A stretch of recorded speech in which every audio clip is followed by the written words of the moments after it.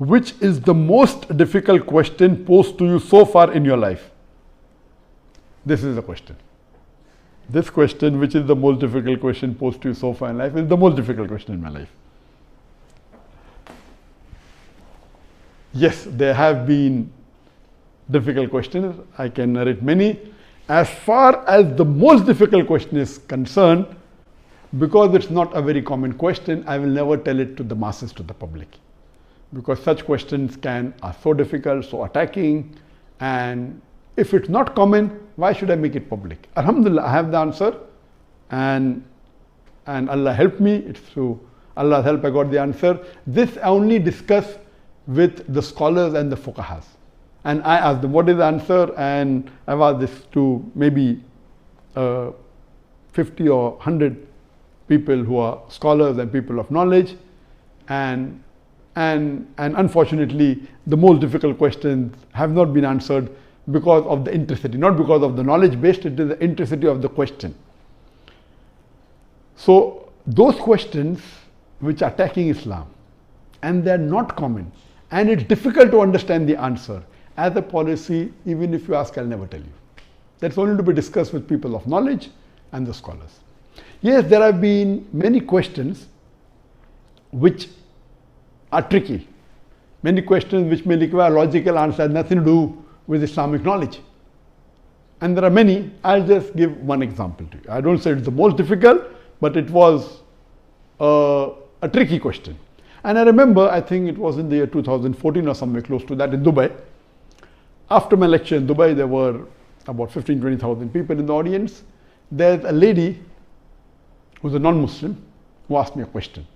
And she said, Dr. Zakir, you often give the example of why a Muslim lady should do hijab, and you ask the question that if two twin sisters who are equally beautiful, one of them is wearing the Islamic hijab, complete body covered, except the face and the hands up to the wrist, and the other twin sister, she is wearing the Western clothes with mini skirts and a low neck, and if both of them are walking down the streets of Dubai, and if there is a hooligan, if there is a ruffian who's waiting to tease a girl, which girl will he tease?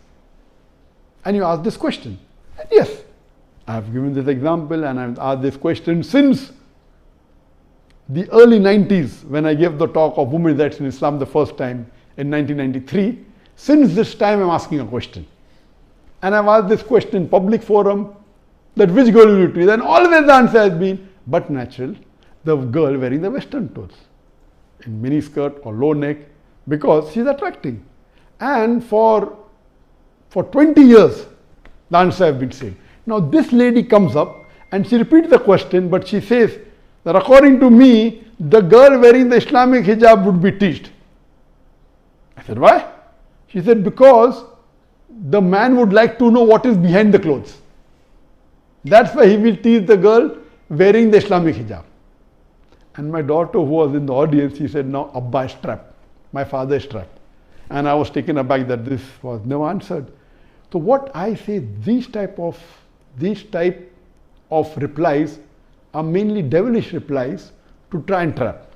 But alhamdulillah, in such situation, Allah is the one who always helps. I got up and I said, okay, sister has asked a very good question, and I continued the question. And I said, though I disagree. So this was the question asked, now hear my answer. I said, I disagree with your answer. It's an illogical answer.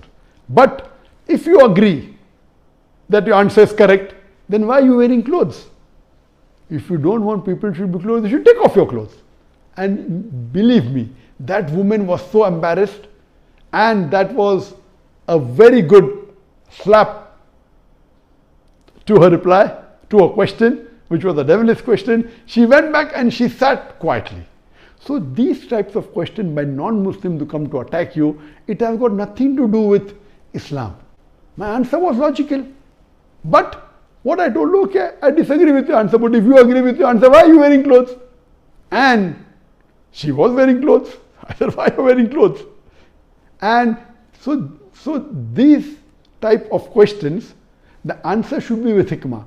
Udu ila sabili rabbika bil hikmah wal mu'azat al hasna wajad millati ahsan. Invite all to the way of thy Lord with wisdom and beautiful preaching, and argue with them in the ways that are best and most gracious. So such type of questions are many. Inshallah, if you see my videos and see my question answer session, you will find many of such questions.